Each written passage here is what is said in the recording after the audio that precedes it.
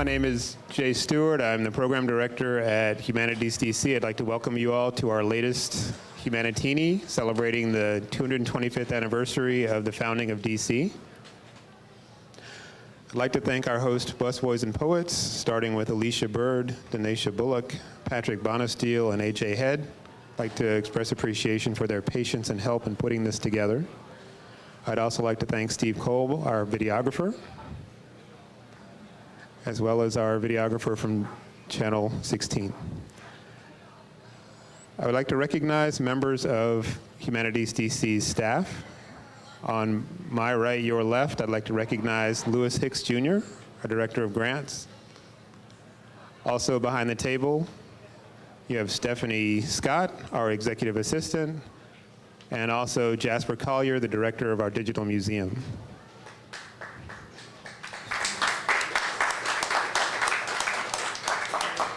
I'm sorry, I forgot to mention Calvin Kunstak, our publicist. I'd also like to recognize our honorary committee, the mayor, the DC Council, DC Public Library Director Richard Reyes Gavilan, DC Archivist Becky Katz, Historical Society Director John Swow, Cultural Tourism DC Director Steve Shulman, DC Preservation League Director Rebecca Miller, and DC Commission on the Arts and Humanities Director Arthur Espinoza Jr. I'd also like to recognize our sponsors, Busboys and Poets, DC Brow, and A Creative DC. HumanitiesDC is an independent nonprofit affiliate of the National Endowment for the Humanities, the federal agency in charge of supporting the humanities throughout the United States. HumanitiesDC is an essential part of the district's effort to provide quality humanities-related programs that preserve Washington's cultural legacy and promote civic engagement in every neighborhood in DC. This year marks the 225th anniversary of the founding of the District of Columbia. As part of the celebration of this event, starting in January and continuing monthly for the rest of the year, we're holding panel discussions of scholars and contemporary commentators to discuss the highlights of a series of 20-year periods in the history of the district, and to link the events of the past to present-day issues and concerns of district residents. HumanitiesDC hopes to illuminate the often overlooked local history of the nation's capital and to define aspects of a unique contemporary culture of the district. Given the cultural and economic changes taking place in this city, we believe that reflecting on what our history has to teach us about the present is both timely and important. Today's topic is the District of Columbia Financial Responsibility and Management Assistance Authority, also known as the Control Board. The Control Board stripped Mayor Marion Barry Jr. of his authority and indirectly ushered in a younger, more technocratic generation of leadership. In the process, the Control Board and its intellectual heir, Mayor Anthony Williams, steered the district in the direction that it pursues today. The district is economically vibrant, safer, cleaner, and better run, but it suffers from the perception that the benefits have not reached all of its citizens.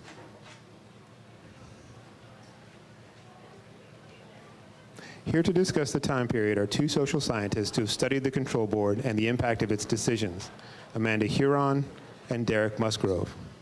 We are also fortunate to have a former member of the Control Board present, Joyce Ladner.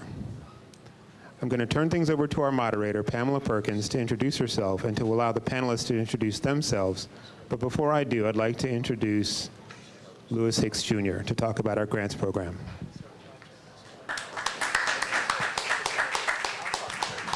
Thanks, Jay. I'm not going to make this really prolonged. We're really anxious to proceed with our program.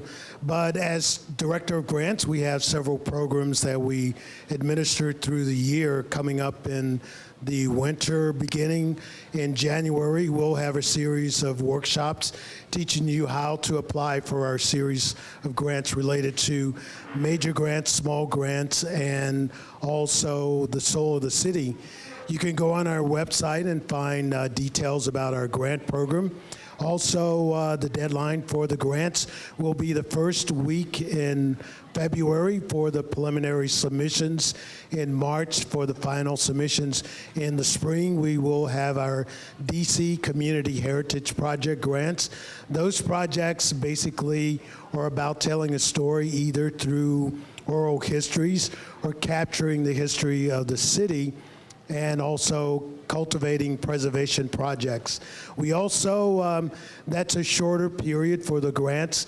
That culminates within 6 months, and at the end of the year in December, we will have a DC CHP showcase, which will be held in one of our grantees' venues. We're coming up on the end of the year and a showcase for the DCCHP. We are finalizing the location for that, but invite you to come out and check out this program, which showcases our grantees for the DCCHP grant program. In that, we will have a short film as well as a featured speaker, and also have a show and tell of their projects for the year. So I invite you to go to our website, look at our grant program, and we encourage you to apply and tell a story about Washington, D.C. Thanks, Jay. Okay, I'd like to turn things over to Pamela Perkins, our moderator.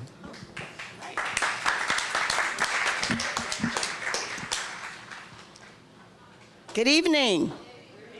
No, okay. Good evening. Good evening. How's everybody? Maybe you need one of these. I always start my Humanitini with a little toast, and so I toast all of you here tonight and the invigorating discussion we're about to have. Here we go. Water, coffee, tea, whatever. I actually made sure I saved a little bit so I could do that. Now it's down. Well, I am so pleased to be here tonight, and I just wanted to mention very quickly, and I know Lewis Hicks does not expect me to do this, but this fine gentleman that just spoke with us, he is going to be aired on a television show that I'm hosting called Conversations About Communication on UDC TV Access. And so for the month of November into December, we're hosting his work and the work of HumanitiesDC. I'm not even sure if the crew knew that, but, and they will also be YouTube posted. So we'll make sure that all of you that have signed up will know when to check out Comcast channel. I don't know what the other channels are, if you have BIOS or the others, but Comcast channel 898, and you'll get to see Mr. Hicks at his best. Okay, so, and thank you, because it was a great interview, and it gave a wonderful overview of the grants program and the work that HumanitiesDC is doing. So now, let's get down to it. I'm excited about the panel tonight. Many of you, or some of you I know, were with us last month when we had the discussion on Marion Barry, and it was quite lively, very interesting. Anybody here that was here last month? A few people? Yeah, okay, and I know there's some new timers. Well, in a minute, you're just going to become a part of the HumanitiesDC family like I have. I feel that this is a part of my family because I'm in the humanities as a communications professional, and I have an institute called the Human Communication Institute, as well as a professor at UDC in public speaking. And this is what we need to do. We need to have more conversations where people can come together and have the opportunity to talk about the things that concern us in our communities. So that's why we're here tonight with this illustrious panel that is waiting to be introduced. So without further ado, let me introduce our first panelist to your right and to my right. Okay. Okay, it's not the drink. All right. Amanda Herron is assistant professor of interdisciplinary social sciences in the College of Arts and Sciences at the University of District of Columbia. Yes, a colleague that I am just meeting for the first time tonight. Her research interests include urban geography, urban planning, urban commons, affordable and cooperative housing, and the history of Washington, D.C. Okay, wait 1 second. She is presently completing a book about these co-ops entitled Practicing the Urban Commons, which will be published by the University of Minnesota Press in 2018. She was born and raised, just in case you wanted to know, right here in Washington, D.C., Mount Pleasant neighborhood. So she brings a wealth of history with her. Next to her, we have Miss Joyce Ladner. Ladner, thank you, is a renowned activist and eminent sociologist, having studied and interpreted the intersectionality of race, gender, and class. Ladner was a professor of sociology at Hunter College and the City University of New York Graduate Center and Howard University. But check this out. She also served as provost and interim president of Howard University. Ladner earned a BA from Tougaloo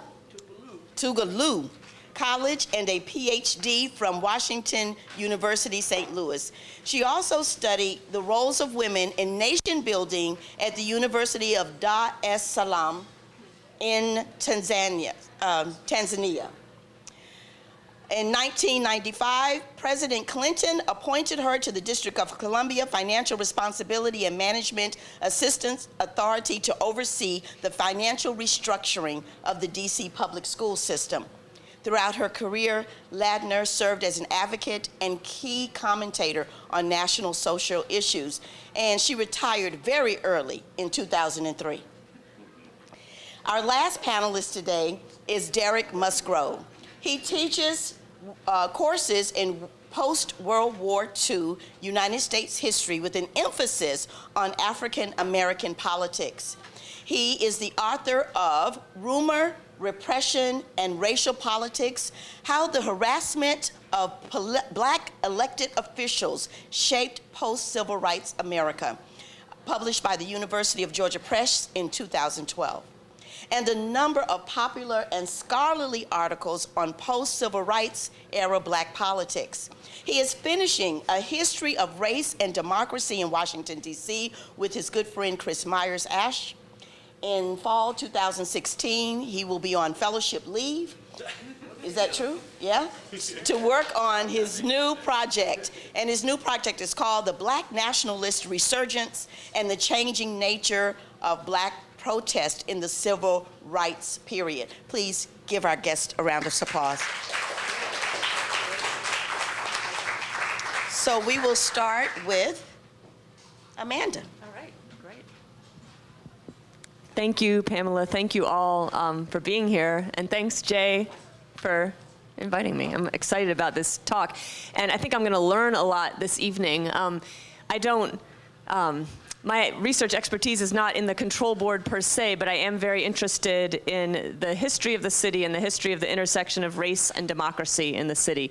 And the control board has a lot to do with that. So I'm interested in providing some historical context for the control board, and I think my co-panelists will talk more about exactly what the control board was and what it did. It did come into power in 1995. But if we go back in the city's history, to the 19th century, I think we can learn a lot about sort of the history of the voting rights and the relationship between race and democracy in the city's history. So when the city was founded, not surprisingly, only white men were allowed to vote here.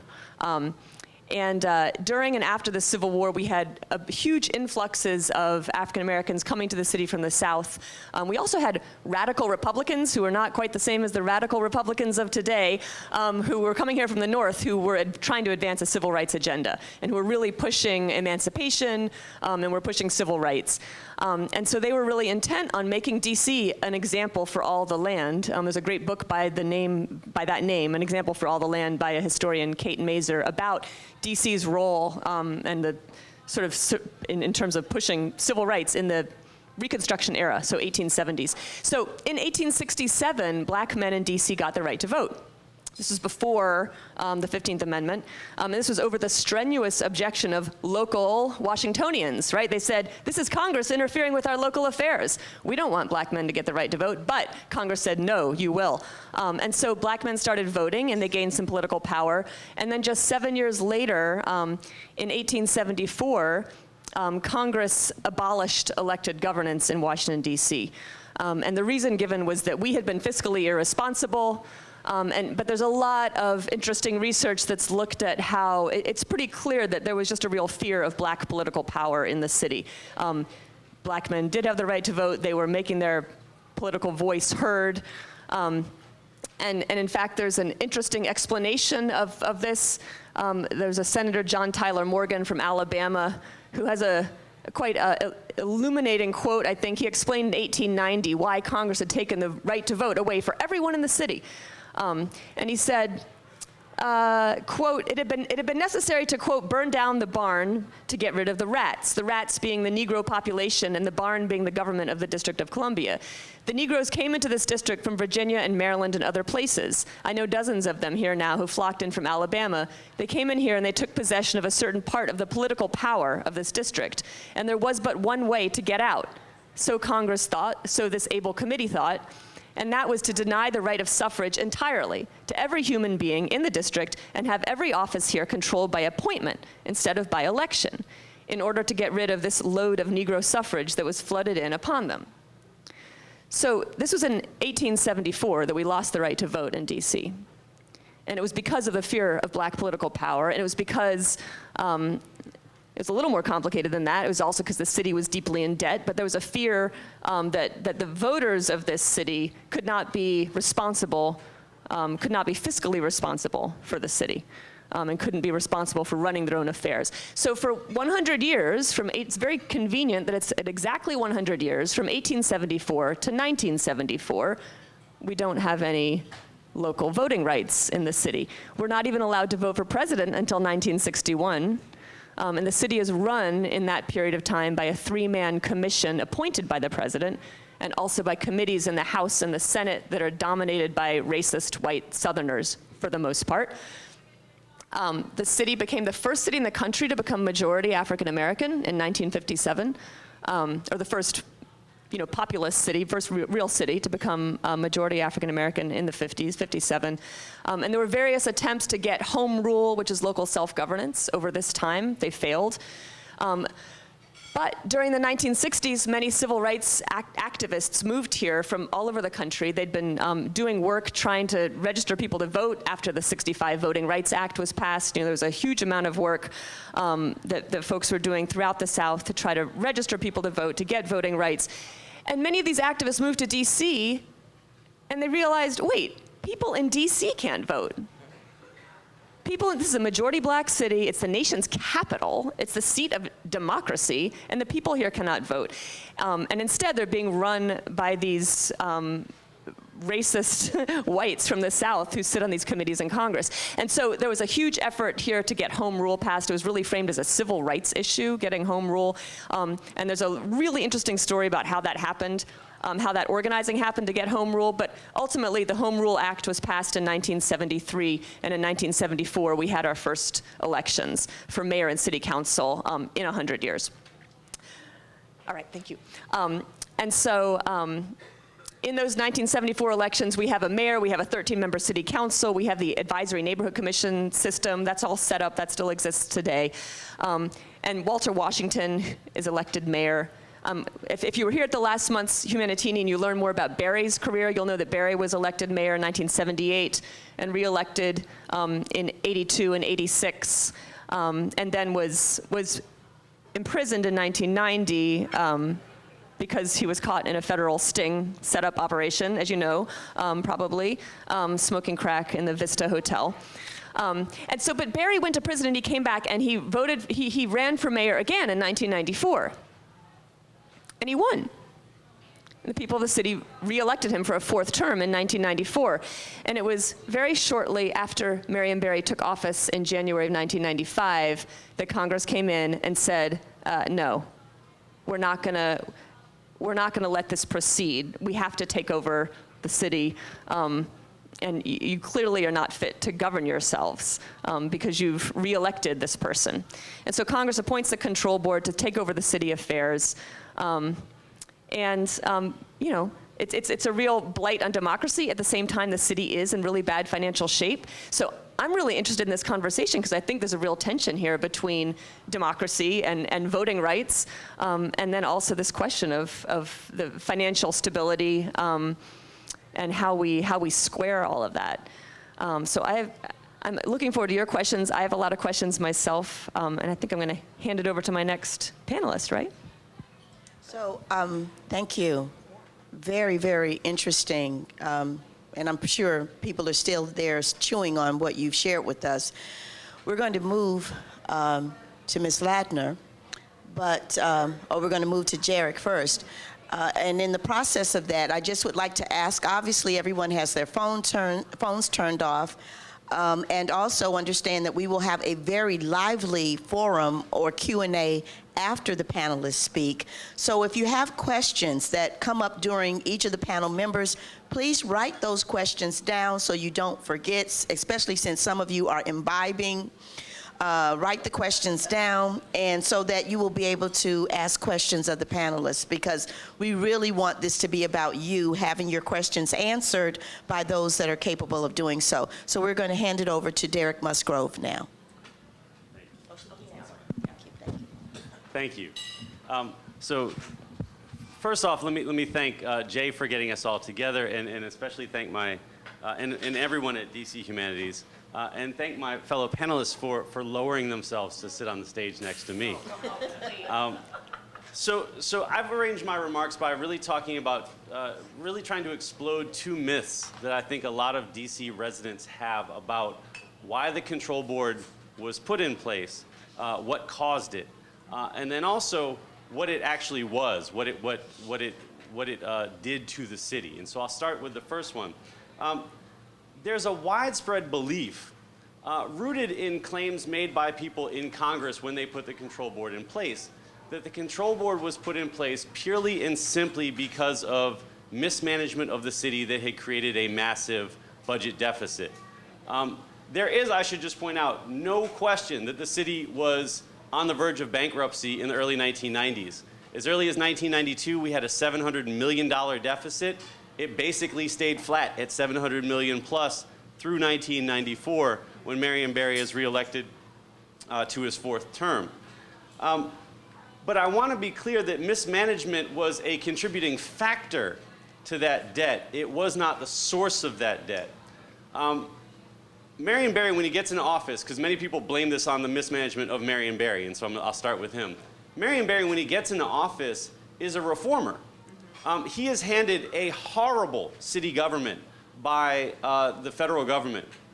And he sets to work in his first term in office cleaning up that government.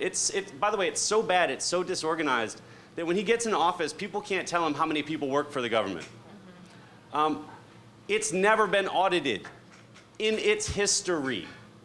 And in fact, the Arthur Andersen accounting firm, which no one thinks is a good firm anymore, but at the time was quite impressive, said we can't even do it. They actually called it, quote, inauditable.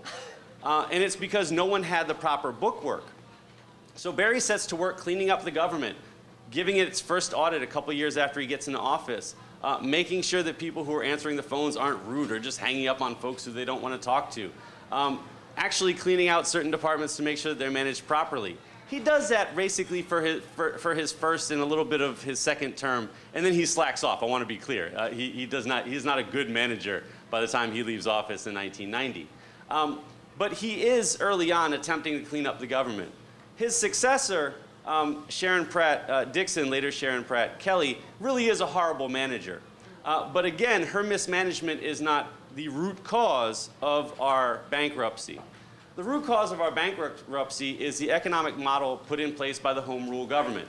When Congress passes Home Rule legislation in 1973, it does two things that make it almost impossible for DC to balance its books. The first is that it gives the city a totally unfunded pension liability. The city had been hiring workers for generations at that point, and all of those workers had pensions. Congress, however, from the 1870s down to the present, is not putting money, or the 1870s, when pensions are started in the early 20th century, is not putting money into those pensions, right? So you know the way pensions work is you put money into them and then you live off the interest, right? Congress was just paying the money out of the federal budget.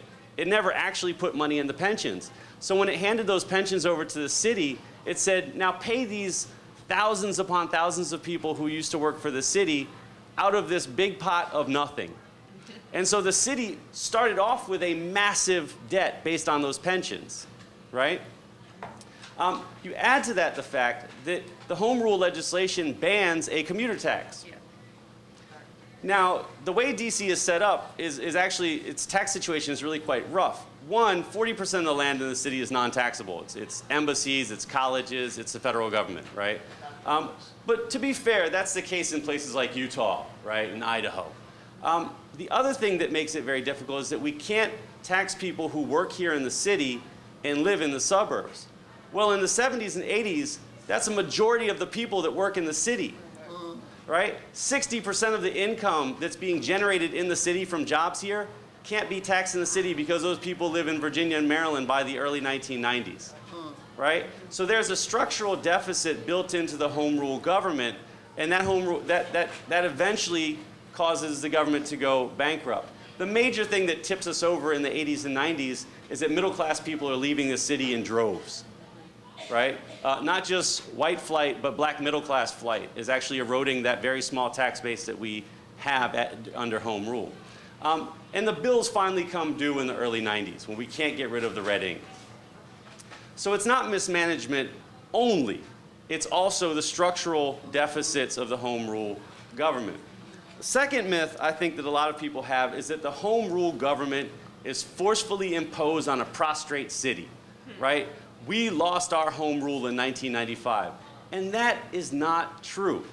And I can tell you it's not true. My exhibit A is the woman sitting next to me, who is a fierce proponent of home rule and was on the first control board, and she'll tell you about her views on that in just a moment.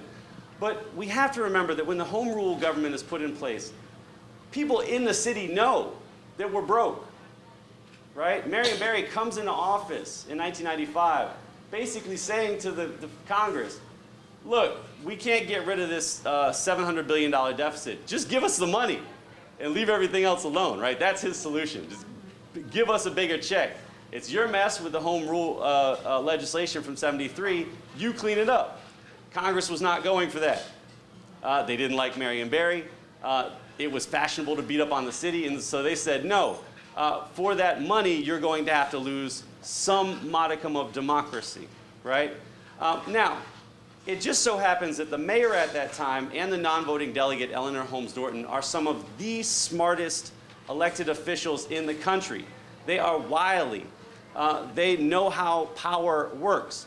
And so they sit down with Newt Gingrich, who coming out of the 1994 elections appears to be a nasty, racist individual, because he ran a nasty, racist campaign in 1994 to get Republicans their majority in the House.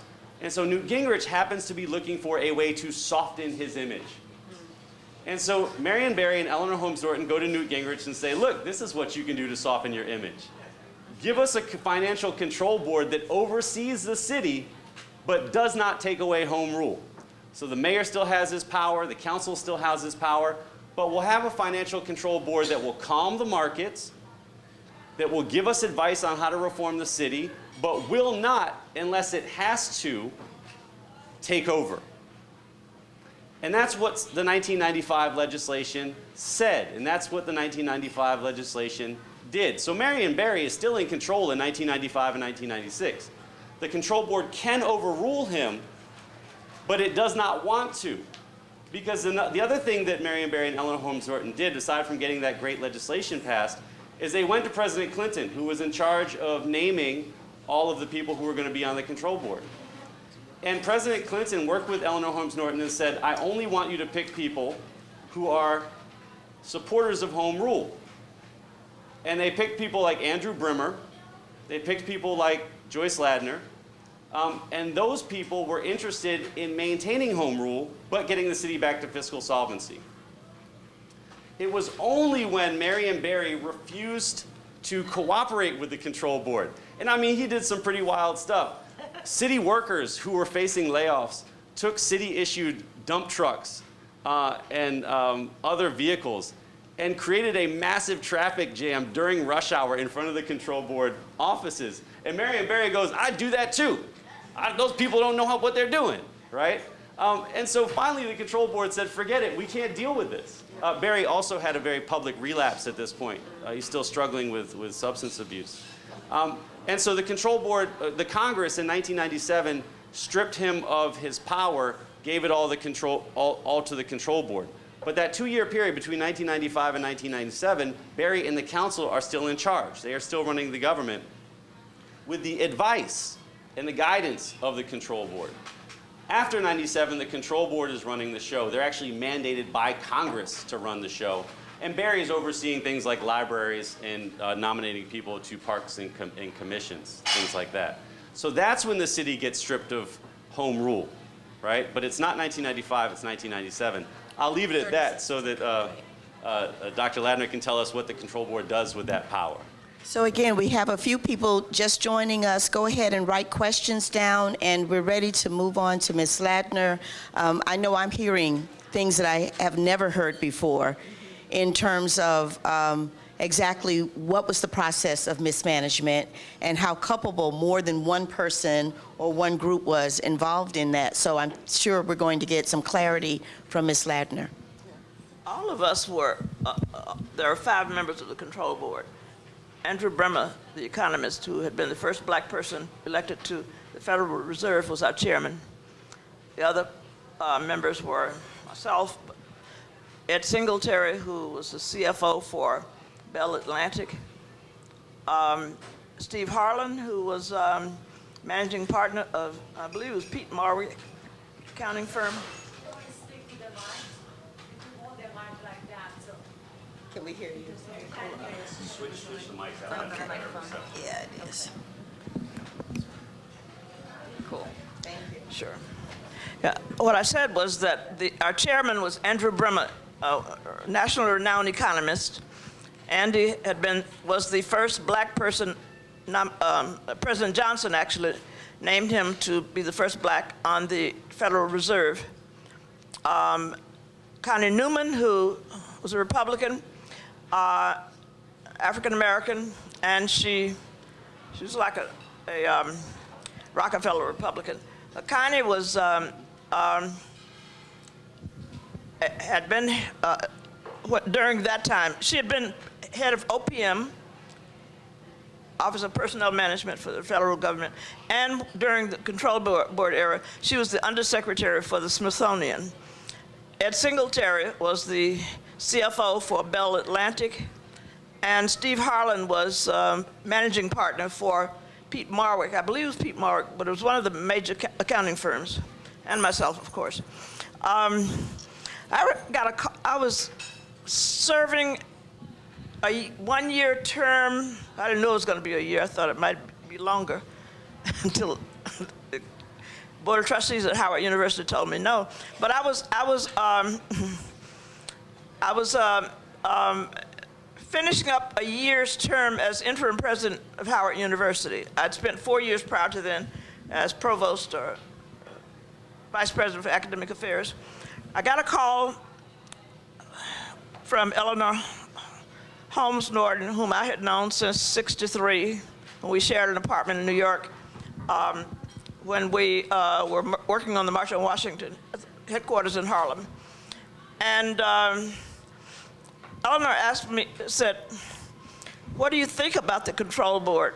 I said, "Well, I've been reading about it." I said, "Sounds like a good idea because the city is broke. You know, we're about $700 million in red ink." And she said, "Would you be interested in serving? However, I have somebody else in mind that I want to appoint." So I asked her, "Well, why are you talking to me about it then?" All right, she and I were girlfriends. I said, why are you talking to me? And she named the person that she wanted to do the job. But apparently, it's a mutual friend of ours that turned it down. Then Marion called me later that day. I was in my car going back to campus from somewhere. He said, "Yeah, hey, Joyce, I'd known Marion since '61 when I was a student in Mississippi in college, and Marion worked with SNCC in Mississippi." And I said, "Yeah, hey, Marion, what's going on?" And he said, "We got this control board thing, but there are certain people who want you to be named to it, but I'd rather have so-and-so."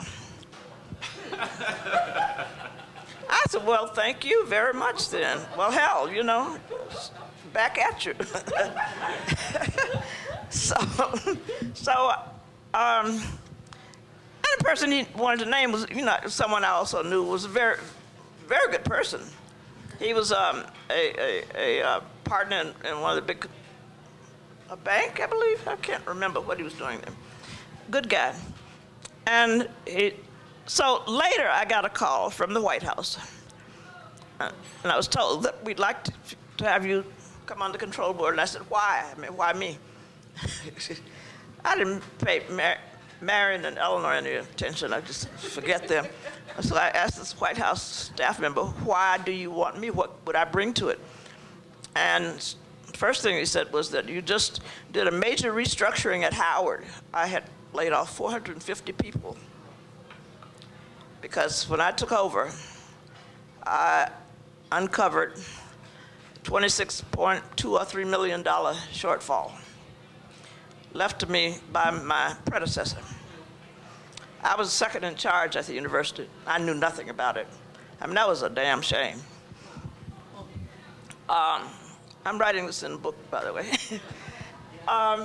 Because women often are called on to clean up stuff, mess. Anyway, I said, well, let me think about it, and I'll talk to you again later. I said, can we talk again tomorrow? And the person called me the next day, said, if you'd like to talk to the president about it. I said, no, it's not necessary. You know, because I can get the president to call you. And I said, no. But he did call me, asked me to, President Clinton called me 3 years later to ask me to stay on the control board. One afternoon in my house, he called me at home.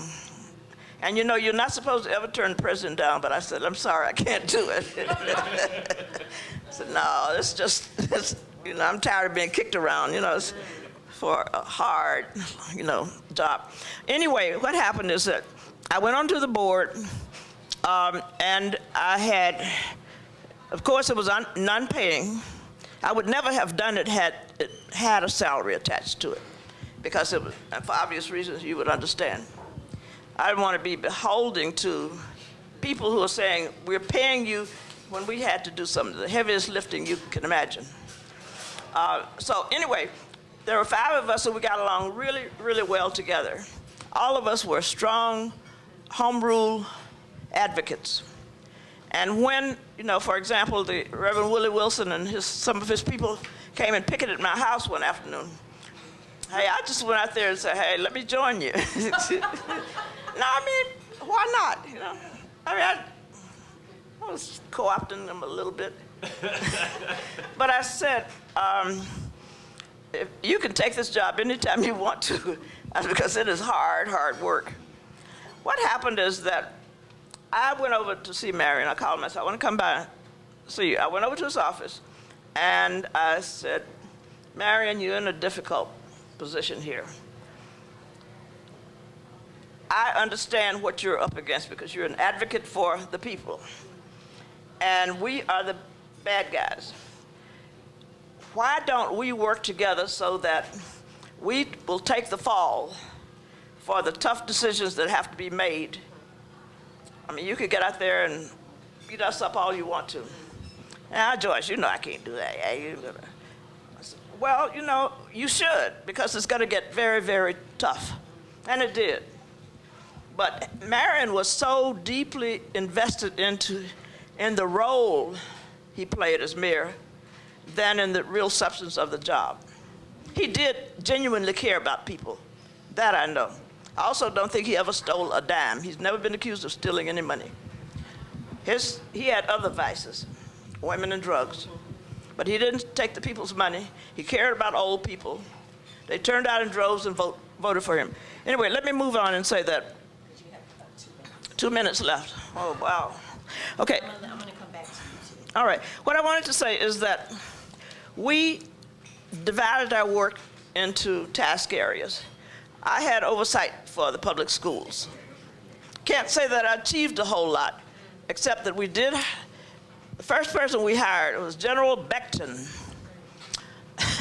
who one of our members knew everybody in town, and that member could suggest all kinds of people for us to talk to, and we did, and then we hired Beckton. Beckton used to come to the control board office to see Dr. Bremer, and okay, he should have been coming to see me, but he never did. So what happened is that Andy, I look at Andy's calendar, I said, so General Beckton's coming in to see you. He said, yeah, he wants to come by. I said, so what are y'all going to talk about? Well, I don't know. You know, his thing is schools. I said, but I have oversight for the schools. He said, I know, we'll do like we always do. I'll tell you what he wants, and you decide whether or not he gets it. Anyway, Beckton never got what he wanted. I made sure of that. Because if he was going to disrespect me, then, and sometimes he didn't get what he wanted because he didn't need it. But a lot of times it was because if he couldn't relate to me as the person who had responsibility over his area, then why should I deal with him? And I don't think we made much progress with the schools until we got him out, and I engineered getting him out and brought in as superintendent his chief academic officer, Arlene Ackerman, she's died, God bless her soul, but she was a fantastic educator. She left here and went to San Francisco because nobody could stay here more than 3 years. It was an impossible job. And all of my Ward 3 neighbors made sure that it was. I used to tell them that they would secede from the district if they could. We were granted just extraordinary power, but we didn't use it. We used it very gingerly. We knew that if we began to make these autocratic decisions in the city, that we wouldn't make it to first base, that we were trying to, well, first of all, we were all DC residents, long-term DC residents, and we were empathetic toward our fellow citizens, and we understood very clearly how they viewed the board. Plus, we were Democrats with a small d in a way, And so it was at times disconcerting to me when I see people who would attack me personally about not liking the city and da-da-da-da and so on. And, that was part of the territory, just part of the job. But and I'd go into Capitol Hill to testify, and then there's Newt Gingrich who's smiling and, just very, very happy. And he thought we were hitting our fellow black folks over the head with hammer and so on. We really weren't. That wasn't who, we just weren't that way. But the point I wanted to make before my time is up is that we started our work in June. By January, we had not gotten any cooperation from Marion at all. And that was when we did a strategic plan, sent it up to the Hill. You can correct me on some of these issues because it's been 22 years. What we did was we realized that there was a structural imbalance in the city's budget. Now we could not cut our way to growth. We could make all kinds of cuts with personnel, but we would still have potholes in the city and no money to fix them.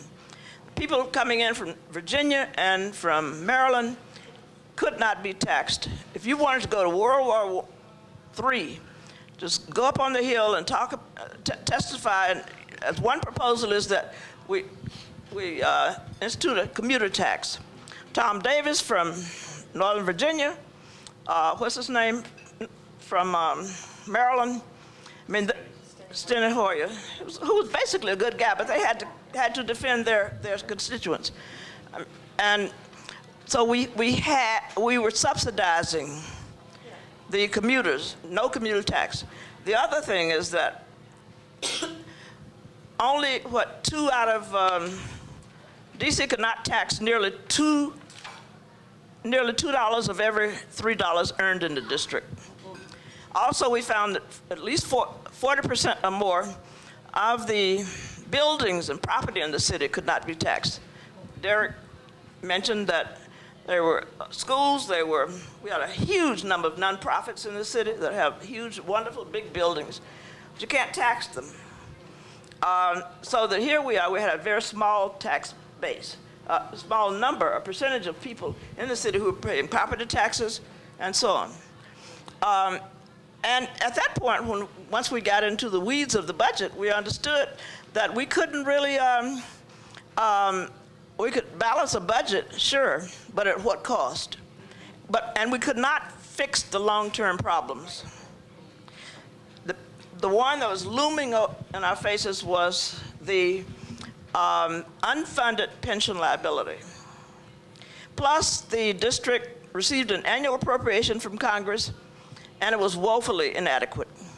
And that was had been based on, I mean, so you go up to the Hill and say, we don't get enough from, we can't tax the commuters, for example. And the congressmen come back and say, well, we give you we give you an annual appropriation. And that appropriation was supposed to cover everything, and it really did not. So we, let's see if I'll just finish up now. We got to a point where the Congress then passed, what was the name of the bill for the administration? Yeah. I got it here in my notes. But the Congress passed a bill, the National Capital Revitalization Act of 1997, and in which they turned over the management of the city to the control board. I mean, we didn't really want it, because that meant that all of the complaints that had been leveled against the city now were leveled against us. We hired a chief management officer. I think that's a person we hired. Let me not say.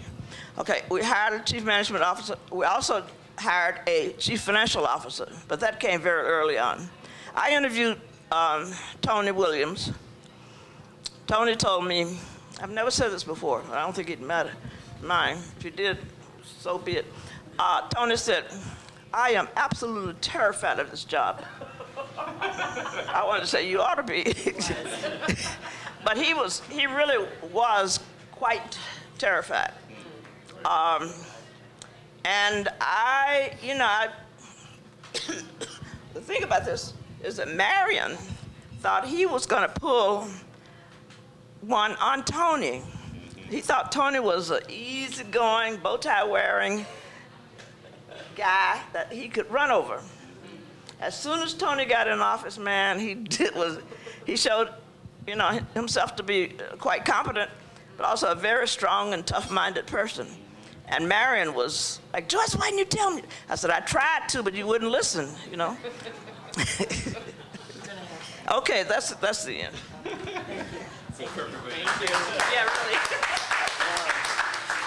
Okay, I'm actually going to break with tradition here just a minute and let each of the panelists give a closing statement because I know that they've been taking copious notes. Maybe there's just one thing that you wanted to say that you didn't get to say, like the article in the Post or something like that, that you might want to bring up. And then we're going to move to the Q&A. You'll handle the Q&A from the audience. Jay has the roving mic. And I hope you have your questions because I just wanted to give all of you a moment just to collect and say, what's that last 30-second statement that you might want to make that you did not get to say in the interest of time. So, Derek, can you start and let them, so you go through your stuff. Are you okay with that? Sure. Okay. So I'll address the lesson of the control board, and I'll address it in the context of an editorial that was written in the Washington Post. Was it today? 2 days ago. Advocating for a financial control board for Metro. And what I'll say is that the assumption of that article and the assumption of a lot of members of Congress when they put the control board in place, and particularly when they passed the 1997 law that allowed the control board to take over pretty much all of the executive and some of the legislative functions even of the city government, was that they assumed that the major reason for the city's fiscal mess was mismanagement. In other words, it wasn't their fault in any way, shape, or form, even though they have ultimate legislative authority over Congress and had set up the financial system of the home rule government. But in fact, they ignored that and said it's because Marion Barry's a bad manager. It's because black folk in the cities don't know how to run things.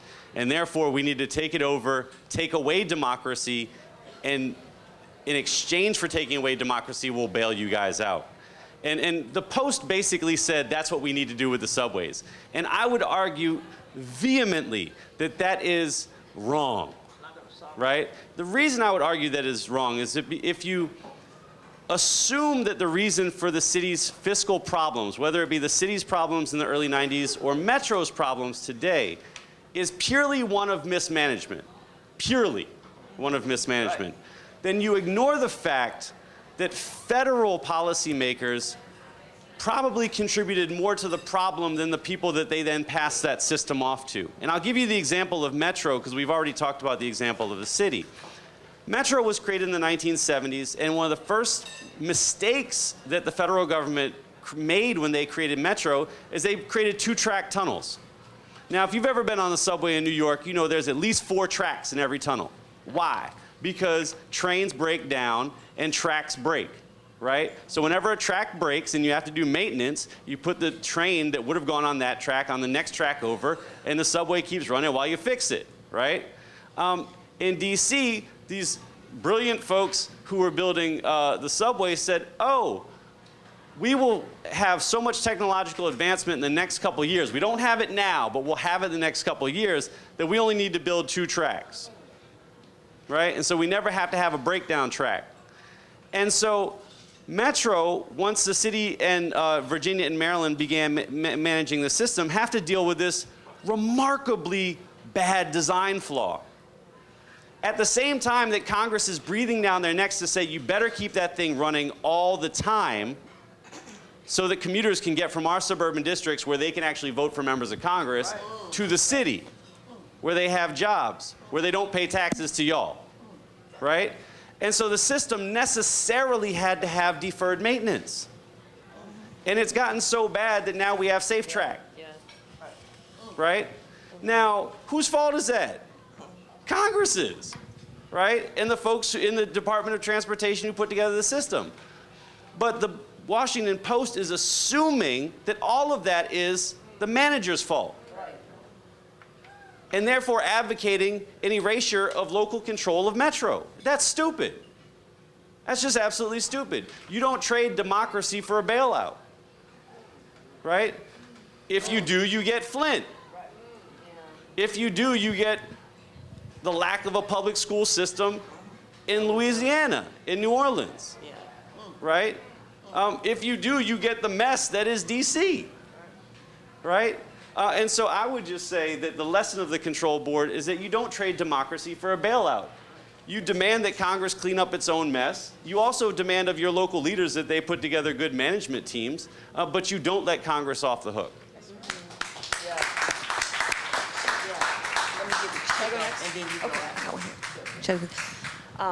Yes, thank you, Derek, for that. I think, yeah, there's a lot. There's a lot to get into here. One of the things that's interesting to me is the way the city, I just think it's so interesting that it was, as Derek mentioned, it was there was this Republican Revolution, if anyone remembers, in 1994, Newt Gingrich's contract with America. It was the midterm elections. Clinton had been elected in 92, and this was sort of like the Republican answer, very conservative answer to Clinton. And so these Republicans who, and what's so interesting to me is this tension between the members of the control board who were clearly, they were Washingtonians, they were coming out of the civil rights movement, many of them, they were very committed to really trying to turn the city around. But then you've got these members of Congress who were also really pushing, who were wary of Marion Barry, to put it mildly, and were concerned about trusting the voters of DC. And there's just some interesting sort of discussion among those Republicans in 94. There's a description from a Washington Post article in 1995 in which I'll just read. It's top GOP strategists, such as former federal housing secretary Jack Kemp and House Speaker Newt Gingrich, Georgia, were discussing ways to make the city a showplace for conservative theories of governance. The GOP castigated the city's, quote, addiction to social spending. Quote, more fundamentally, however, they say the city's liberal approach to governing and social welfare policies is at the root of high taxes, massive spending, and a corrosion of individual initiative. It's a refrain likely to be heard more frequently as GOP lawmakers push to institute market-oriented policies intended to court business and the middle class. Has Washington, D.C. been the focal point of experimentation on the left? Yes, said Johnny Allen, a longtime political consultant in the city, whose Mayor Marion Barry is communications director. Will it be the focus of experimentation on the right? Tune in, the debate is on. And so later, Gingrich in an interview said, he sketched out a city where public schools would compete with private institutions or collapse, where a voluntaristic private sector would take the lead in attacking social problems, and where city government would play a minimal role. So, you know, the Republican Revolution folks really wanted to destroy government. That's what they were out to do, and they wanted DC as an example of that. So that, to me, is an interesting component of the coming in of the control board in '95. And, you know, today, half of our public school students are in charter schools. You know, we have, there's many ways in which we can see some of these visions playing out, but maybe that's a conversation for another time. Yeah.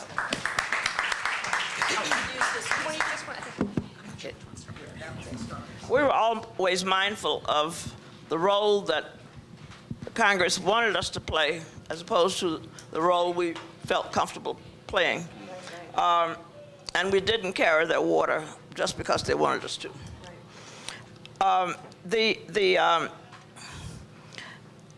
The Congress gave us extraordinary power.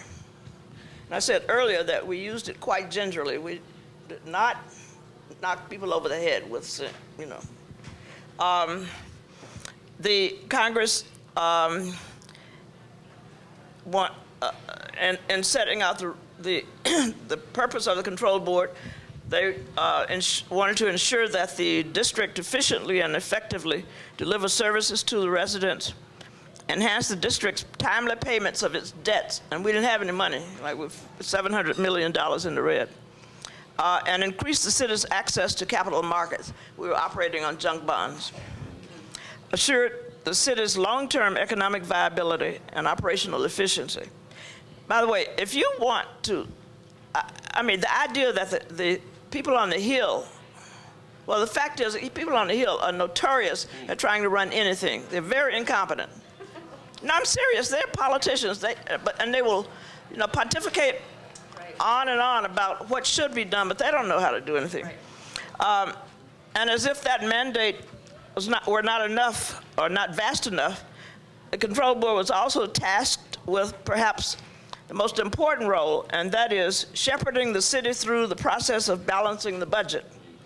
Congress gave the control board 4 years to balance the district's budget. I always said it was much easier to balance the budget than it was to bring about management efficiency. And it was a balance that was required to be maintained for 4 years consecutively before the control board would go out of business. As I said earlier, I stayed on the board for we had 3-year terms. I chose not to opt up again. Congress vested the control board with broad powers traditionally reserved for the city government, including the authority to approve or reject the city's annual budget. Usually we sat down with the mayor and the council and their staff and did the budget together.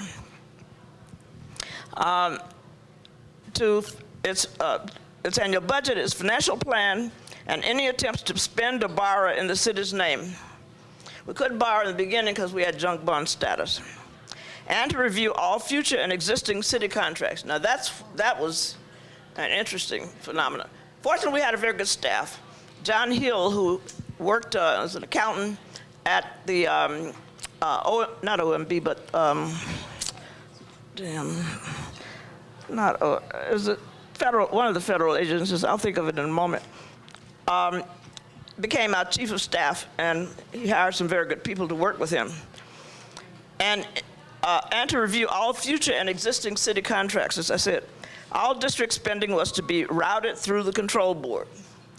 The board also was expected to approve the mayor's appointments or key government positions, including the CFO, which was Tony Williams, and had the authority to remove such appointees for cause. Now, when Marion had the demonstration in front of the control board over here at 1 Thomas Circle, 14th and Thomas Circle, when they had the city cars and so on out there, and buses in front of the building. That was when things came to a head, because we told him to fire the Secretary of DHS. He refused, and that was, Hawkins. I wasn't going to call his name. Because just tremendous inefficiency and incompetence, including the fact that I forgot how many millions of dollars the DHS had received from the federal government that went unspent. And Hawkins had been a longtime ally of Marion's, and he said, I'm not going to fire him. And we told him that he had to, and he said no, so we removed him for cause. We also, in extraordinary circumstances, and only after following a specific process identified in the legislation, the control board also could disapprove district laws passed by the council. I don't remember that we ever said, you cannot pass that law, because usually we enter negotiation and try to, we really tried to avoid any, real fights. And finally, the one thing, the media were always asking us, how can you always have, we did our votes publicly, and it was always 5-0. And Mark Plotkin and some of the other people and media people in the city just kept asking, who, Joyce, I said, Joyce, I know you and Bremer don't agree all the time. I said, well, my vote indicates what my position is. But they kept trying to break the wall that we erected, and they never could. We disagreed a lot and had our arguments and so on, but we always came to get out. We talked it through and sort of resolved things. And Bremer, who is dead now, Dr. Bremer would always try to, he was very autocratic. He easily, like one night, we stayed at the office until 2 a.m. He was coming in from LA. He was on some corporate board of American Airlines. And we knew, we had a report due the next day. And it was on his desk. We knew that he was going to change everything. So we just stayed there, and when he arrived, he couldn't change it. So that was a 5-0 vote.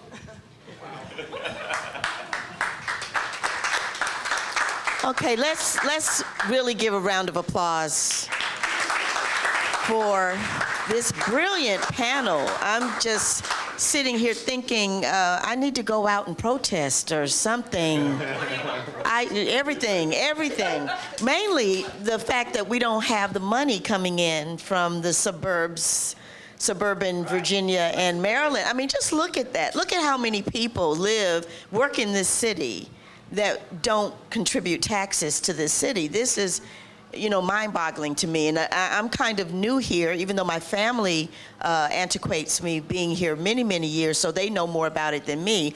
But I'm just hearing about, you hear through the grapevine. I'm all the way out in California, different things going on when you hear about Marion Barry and what happened. And you always get the sound bites. You never get the in-depth stories of the complicity of things in terms of how people are working. So I think this panel worked very well to give us the information tonight that we can chew on and maybe reassess our own involvement and the way that we look and think about the politics of this city. So right now, we're getting ready to move on. One paragraph. She wants to read a paragraph. You should know, and that is how we don't have a commuter tax, but we did strike a bargain with the feds. 1997 reform package ended the practice of effective, in other words, the Congress agreed to assume the city's debts, took responsibility for the city's courts and prisons, increased the rate for the Medicaid reimbursement, which was a huge problem, and took over, most importantly, the city's long underfunded employee pensions. That was the bargain we struck. Okay, we're ready to move to our Q&A, and I hope that Jay's going to take it over from here. I just wanted to point out one thing. We have a couple of folks who've arrived. I want to point out our Director of Humanities DC, Joy Ford Austin. And also a member of our board and our host, Marjan Shalal. So can we recognize some, oh yeah, we got hands going up over here. And if possible, if you could direct your question to a specific panel member, or let us know if you'd like everyone to give a short, brief answer. Sure. Good evening. My name is Marcus Batchelor. I'm currently a ANC commissioner in Ward 8 and also a candidate for the horribly disenfranchised State Board of Education. But I know we also talked a little earlier about Ms. Ladner being the interim president of Howard, but I also want to acknowledge her for being the only woman to serve as president of Howard University, which is very important. And this question briefly is for all the panelists. I know we talked about the advantages that the control board brought to DC about coming out of the financial funk that we were in, but could you guys reflect very briefly on some of the impacts negatively that the control board might have had on the political and social climate of the district? Well, before I talk about the negative, I'll talk really quickly about the positive. First is it restores confidence in the city among financial regulators and banks, particularly because of that 97 law, which gets rid of all of our debt. It also catapults Anthony Williams into the mayor's office. And the reason we don't have the debts that we did back in the 90s is because Williams starts a process in 2003 where he tries to get, and he announces it, 100,000 middle income people back to the city to build our tax base. And so we still got 40% of the land off the grid, still got huge numbers of people who live in the suburbs who don't pay taxes. But if we can get some of those people to come back, we'll increase our tax base, we won't go bankrupt again. He does that and more, right? We're living through this wave of gentrification that he really sets in motion. But that's why we don't have the budget deficits, right? Now the bad. The control board era, right? Not just a control board, right? Because you can see it's very distinct, and it's actually situated between the city and the Congress and trying to manage that relationship. The control board era leads to the bifurcation of our schools, and Amanda pointed this out earlier. Charter school legislation is passed in the first year of the control board. Today, half of our students are in charter schools.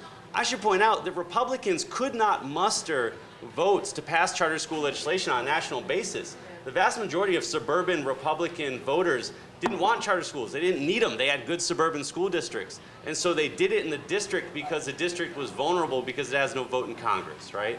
Same reason it was able to get done in New Orleans, because the government had been washed away, right?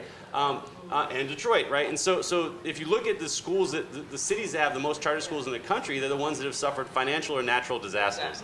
DC is one of them, right? 40,000 kids in charter schools today. Same thing with the voucher bill, passed during the control board era. Takes 2,000 students out of DCPS. Now, the students who are in those schools are in many cases in good shape, and so I don't want to poo-poo charter schools, right? My kids are in a charter school. I couldn't fight my wife on this.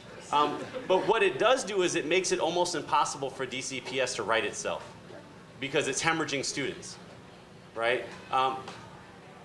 The other bad part about it is that the control board reforms put a lot of people out of work. Now, a lot of those people needed to be out of work, I want to be clear, right? So you end up getting efficiency in government, getting balanced budgets, but then moving people out of away from the jobs that they had, right? Barry was fighting for people's jobs independent of performance, and that was probably one of the biggest problems that he had with the control board. I hope you would agree with that. But the control board had this dual problem of not wanting to put people out of work, not wanting to erode those democratic institutions like unions, right, that are critical to a robust civil society, but at the very same time, needing efficiency in government and having only a small amount of money, right? And so the other side of that is that it erodes political systems that have been built up over about 3 or 4 decades. And what you end up getting on the back end are mayors who get into office without that much public support, right? I mean, Anthony Williams wins as a write-in candidate his second time around, right? Because his campaign was so inept. And a lot of black people didn't want to actually sign to put him on the ballot, that he doesn't get on without fake signatures, right? Kelsey Grammer and, Muammar Gaddafi are on his signatures, right? And people figured it out, right? And so I think it perverts the city's politics to a certain degree and really pushes the city towards, and I hate to use a technical term, but it pushes the city towards a neoliberal economic model, right? Where a lot of things are becoming privatized, and those robust public institutions that are necessary to a healthy democracy are eroded. And there is no way I mean, when I look at the city now, I feel that what we didn't do and probably couldn't do, maybe, I'm not sure about this, was to protect all the vulnerable populations in the city. Housing, I mean, if you look at the city now and the cost of housing, whether you're renting or buying, you look at the school system, especially under that god-awful Michelle Reed, just really tore the city apart in ways that we had not anticipated at all. I didn't fight for that. It's a different city. Poor people don't have a place to live here. Right. And all the gentrification, I mean, have gentrifiers who have absolutely, many of them have absolutely no interest whatsoever in becoming citizens of the city. But rather have a sense, they're not like their parents' generation at all. The millennials, they call them, is it? But they care, they're so self-indulgent. I mean, for example, how could they get away with being a major cause for Metropolitan Baptist Church having to move out of the city because it they objected to them parking on the street on Sunday, double parking. And in Oakland, California, there's a case now where gentrifiers are complaining about these black people having choir practice on Wednesday night. I mean, those kinds of issues are ones that I would never have envisioned. I think just one thing, one specific thing, the control board slashed a lot of city agencies, and I think this is what Dr. Ladner was getting at, that there were some people who were more affected than others, but and I think one agency that was defunded that I'm in particular interested in because I work there today is the University of the District of Columbia. And we are the only public higher education in this city. It's a very affordable education for district residents. And it's the only way that many of our residents can access college, really. And we were cut in half in the mid-90s. And there were big student protests. People really protested. Half of our faculty were laid off. And there were issues, for sure. There were issues there. But at the same time, it's that tension. Yeah, I mean, it was an institution that now, we have about 5,000 students today. We had 15,000 at our height. And I think we're working back, we're working back there. But it was an institution that was pretty strongly affected. I was just going to say that they put on the table slashing it entirely. Okay, right. And it wasn't slashed entirely because of some of us were very, very strong advocates and said, over our dead bodies, will you close down that UDC? That's very interesting, yeah. Can I just point out one thing? Because I know we. Yeah, and if the next person could stage as I'm saying this, because I'm going to be really quick. I just want to emphasize the position that Dr. Ladner and her colleagues were in. I mean, they would get called to Capitol Hill, and there were two members from North Carolina, Representative Taylor and Representative Faircloth, who were the head of the DC committees. And here you have the first control board, 95 to 98, who were trying to maintain home rule. And they would curse them out, bring them to Capitol Hill and just curse them out and say, cut everything, fire everybody, get rid of Marion Barry. And they had to figure out how to shield the city from that, but still get some of these things done. And so when someone puts on the table, get rid of UDC, and you end up with half of UDC, that is to a certain degree a victory, right? Even though it eviscerated the school, right? I mean, we really did go from 12,000 students to about 3,000, right? And so that was the game that we were playing at then. It was very ugly. No small victory for us either. This is very exciting. Do we have other hands raised out in the audience? Come on now, it's your turn. You young people, all of this is affecting you. Let me just say really quickly, as she's getting her thought together, I remember coming here to the city and watching the black churches close. And I was going to write an article about the black flight of the black churches, and I approached an editor about this, and I'm not going to mention the newspaper. It wasn't a major newspaper, but it was a community newspaper, and I said, I'm really concerned about the churches, and the major issue is there's no parking. And well, of course, they could have bought land when land was available for them to buy. Okay, that's a given. But the editor came back to me in this back and forth of, well, I'm not sure if your position is quite objective enough. And then he says to me, well, what are they doing for the community anyway? And I just kind of almost threw up, but I didn't. And I was glad that he wasn't there. And in my mind, I was saying, you really don't understand the role of the black church in the community, and the necessity for that is as the foundation of who many of these members of your community are. So I was very daunted by that, and actually just kind of stepped out of that opportunity because I saw that the editor was already slanted and not interested in the churches surviving at all. And so I was very, for her to bring that up, or for you guys to bring that up, I'm like, yeah, that's kind of what I meant when I got here.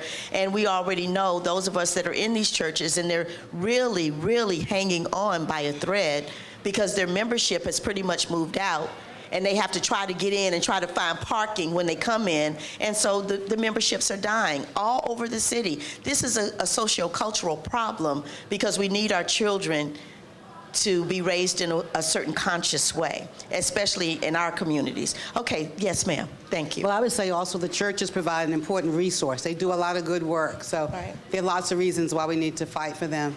Thank you so much. My name is Sabia Prince. I'm an urban anthropologist. I'm looking for solutions. So the role of Congress has been implicated, congressional action, congressional inaction. I'm wondering what solutions directed to anybody, actions that we can take within the political system, outside of it. Does anybody have any suggestions for what we can do to hold Congress accountable and what we can do to mitigate the overarching power that they have? In addition to the statehood issue, are there actions or specific things anyone suggests we should fight for? Ms. Ladner, you want to? Anybody? I think. Well, first off, can we just recognize Sabia Prince, who has a wonderful book out right now called Capital Dilemma that is on fourth wave gentrification in DC, and if you want to know about it, you should go get the book because it is brilliant. Raise your hand. Where are you out there? Me, I'm the editor. I'm the editor. I didn't write it, so Yes. the people that contributed to it are the brilliant ones. And she also has a wonderful volume on African Americans and gentrification, which is hers. But I mean, look, the only way we can hold Congress accountable is to figure out a way to exercise power in their states, right? I mean, the only people that members of Congress care about are their voters, right? And the only person who has ever figured out how to do that is Walter Fauntroy. And the folks in self-determination for DC. And so, I assume that you and Jay must have talked ahead of time, because this is, of course, the subject of the next Humanitini coming up December 6th at Busboys and Poets at 14th and V. Be there. The fact of the matter is that you have to have a structure for influencing people in their home districts. We have done it before in the mid-1970s, and the way that we did it was that we found partners in their districts, the NAACP, the League of Women Voters, Common Cause, and we asked those people who lived in those places to pressure their members of Congress on our behalf. We also got lobbyists who had money to throw around. I mean, big time lobbyists, right? And they would go to the Hill and they'd say, that money I gave you, it's important to me that DC gets, in that case, and then it was the DC Voting Rights Amendment passed, right? And the DC Voting Rights Amendment in 1978, by the way, passes Congress, right? It would have treated DC as a state as regards congressional representation. It passed Congress because of that lobbying operation, and it didn't get through a conservative movement out in the states, but it did pass members of Congress, which was impressive. So there is a blueprint for it. We have largely forgotten it, and I think that the contemporary statehood push is Exhibit A in our forgetting, because it has no apparatus for influencing anyone. It just sort of says, hey, we want statehood, and hopes that folks will take pity. I was going to say also that during my time on the control board, Reverend Willie Wilson and some of his church members and others went to the North Carolina town of Senator Faircloth and demonstrated in front of his hog farm. You can embarrass them, but I don't know that it goes a lot farther than that. Because these days, this is so different than 20 years ago. I mean, because they get their money from big business, and they're not, you can't hold them as accountable today as you could back then. It's harder. Do we have any other questions in the audience? Any other questions? I'm sure we do. Yes? We have one up front. Jay, thank you. You may have somewhat answered this, but the Congress, I'm not from DC, but looking at it from the outside, it seems like the Congress over the last 16 years or so has been an obstructionist Congress that I refer to as the radical Republican terrorist. I'm not afraid to use that term. Surely that's had a horribly negative effect on everything, including what you're talking about. And have you noticed anything in particular that's come out of that's hurt DC even more? I'm not familiar with the city's budget anymore. I'm not involved in that level. So I don't know, but I do know that when Hillary Clinton wins, she is going to be bombarded by the right. You know, they're drawing up articles of impeachment without even knowing what the charges will be. But she is going to need a lot of support. It's going to be worse than it is now. And I think we have to get in there and fight for our interests in whatever way we can, but I think it's going to be a whole nastiness taken to another level. I think so. I really do. I think we're going to see more violence from Trump's supporters. And I have sisters in Mississippi, and one of them is stockpiling food because she's overheard these good old boys talking about how they're going to shoot up the niggers' neighborhoods if they don't vote for Trump. And I believe that. They would do it, you know. They just burned up a church in Greenville, Mississippi. So I think we really need to begin to start identifying what these problems are going to be and how they're going to be serious problems, and therefore we need some serious attention given to them. I can speak about a specific case that I think helps to illustrate the point you're making. I won't use the word terrorists, perhaps because I'm feigning bipartisanship when I'm not really. But you know, one of the biggest advocates for increased DC self-determination was a Republican, was Tom Davis of Virginia. In just a couple of years, he worked with Eleanor Holmes Norton to try and get a bill through Congress that would pair up a vote for the non-voting representative for DC with a new at-large congressional district for Utah ahead of the 2010 census, right? So this bill first came up in 2007, and it was he was really the driving force. I mean, Eleanor was the big backer. She stood out front and spoke for it, but he had played a huge role in this. And he was a Republican, right? What Tom Davis will say since he's left Congress is that my party left me, right? I mean, he was, you know, he was a moderate Republican. He wasn't a liberal Republican. This isn't John Lindsay, right, or Ed Brooke, you know. But he was willing to work with the city on a policy issue that he believed in outside of partisanship, right? And the way that they figured they could make it happen, they could neutralize that partisanship is to say, well, we're going to pair DC's vote with Utah's, and so it's a wash, right? Because Utah is going to vote Republican, right? And what's remarkable about it is that the people that slowly take the party away from Davis, who, by the way, are being displaced by some of the folks in the Trump campaign who are even further to the right than them, right?